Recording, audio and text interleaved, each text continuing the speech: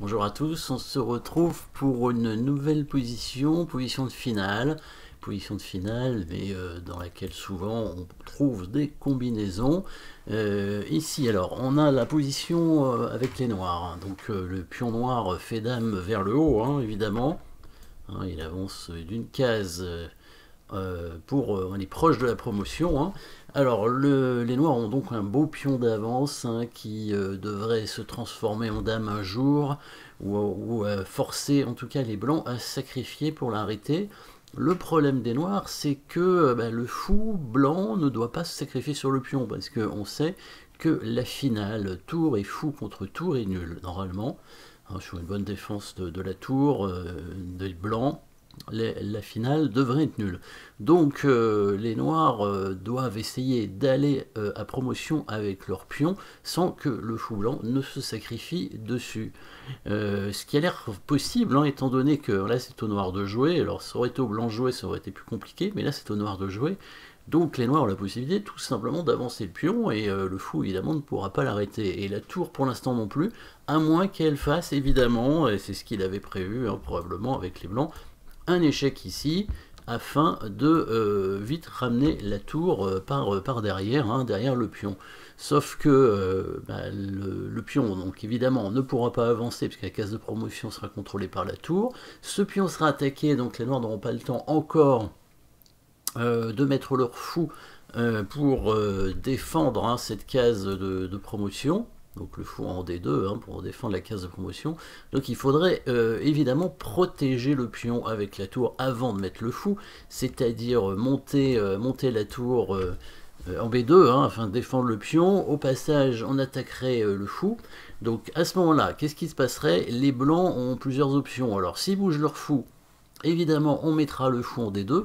Hein, pour aller à dame et du coup les blancs seront obligés de sacrifier leur tour hein, sur le pion et là ce sera gagnant évidemment avec tour fou contre fou, là il n'y a pas de problème pour gagner, sauf si le fou blanc vient se mettre en B3 pour attaquer le pion.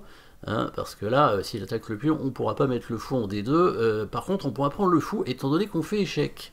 Et oui, on fait échec, donc on pourra prendre le fou. Et du coup, après, le roi sera obligé de bouger. On pourra intercepter la colonne de la tour en mettant la tour ou le fou, puisque les deux pièces pourront venir dessus. Et là, le pion ira à dame, et la tour blanche ne pourra même pas se sacrifier.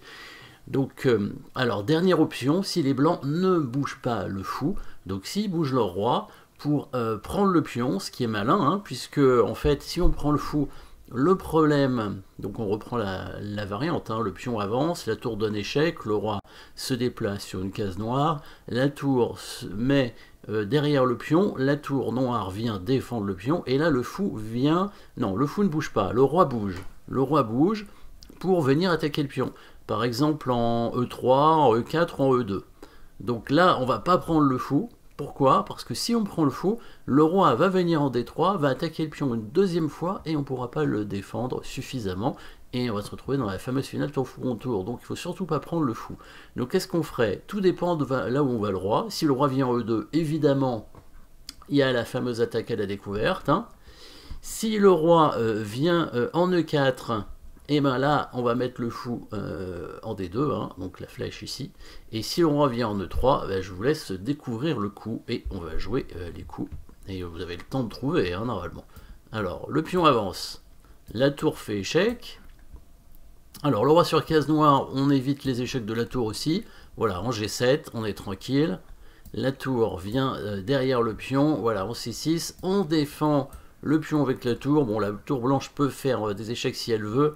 Voilà, on va faire des échecs. Voilà. On va vers la tour, hein, avec le roi évidemment.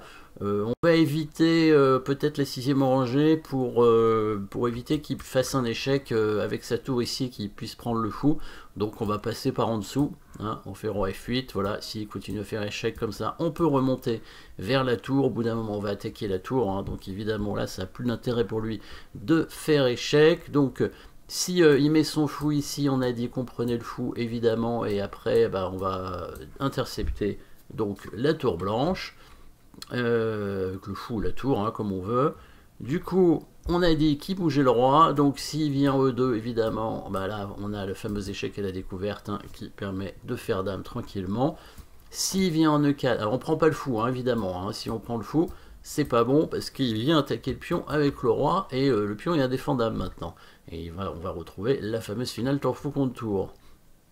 Et si le roi vient là, du coup, qu'est-ce qu'on a dit? Bah le fou en D2, tout simplement. Voilà. Et puis après on fait dame. Hein. Et le coup qui reste, c'est roi E3. Voilà, je vous ai laissé un tout petit peu de temps. Si vous voulez mettre la pause pour chercher encore, vous pouvez trouver le coup, évidemment.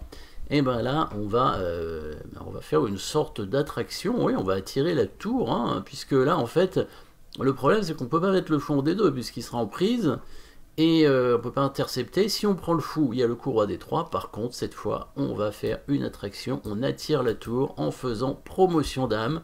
La tour est obligée de prendre. Et cette fois, l'attaque double, hein, roi tour, avec ce petit échec. Donc, vous voyez qu'en finale, hein, alors là, il y a souvent des combinaisons. Il fallait faire attention. Comme toujours dans les finales, il faut savoir dans quelle direction il faut aller. Hein, et dans laquelle direction il ne faut pas aller aussi. Par exemple, ici, il ne fallait pas rentrer dans la finale tour fou contre tour. En tout cas, il fallait l'éviter le plus possible. Parfois, bah, il n'y aura pas le choix, on sera obligé d'y rentrer. Mais là, on pouvait l'éviter en gagnant la tour, évidemment. Bon, là, la finale tour fou contre fou est gagnante facilement. Voilà, petite finale avec petite combinaison, comme souvent. Merci d'avoir suivi cette position. Et puis à très bientôt pour une prochaine position.